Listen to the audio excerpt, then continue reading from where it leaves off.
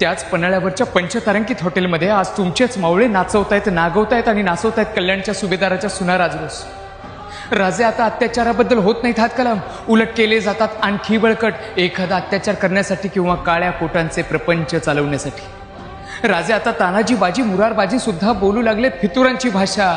आपल्याच डोळ्या देखील आपल्याच बायका पोरांची कत्तल होत असताना बदलत नाही त्यांच्या चेहऱ्यावरील रेषा. राजे तुमची आठवण होते कधीतरी सरकारी कचेरीतल्या त्या तुमच्या तसबिरीकडे बघून. मग आम्ही करतो नियोजन शिवजयंतीचं, पण घालतो वाद तुमचं जन्मसाल 1627 का 1630.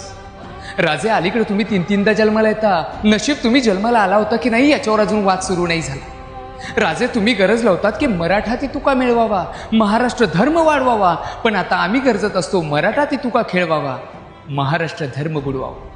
राजे तुमची इच्छा होती हे राज्य व्हावं, येतो श्रींची इच्छा, पण आता आम्हाला वाटतं राजे हे राज्य नष्ट व्हावं, ही श्रींची इच्छा.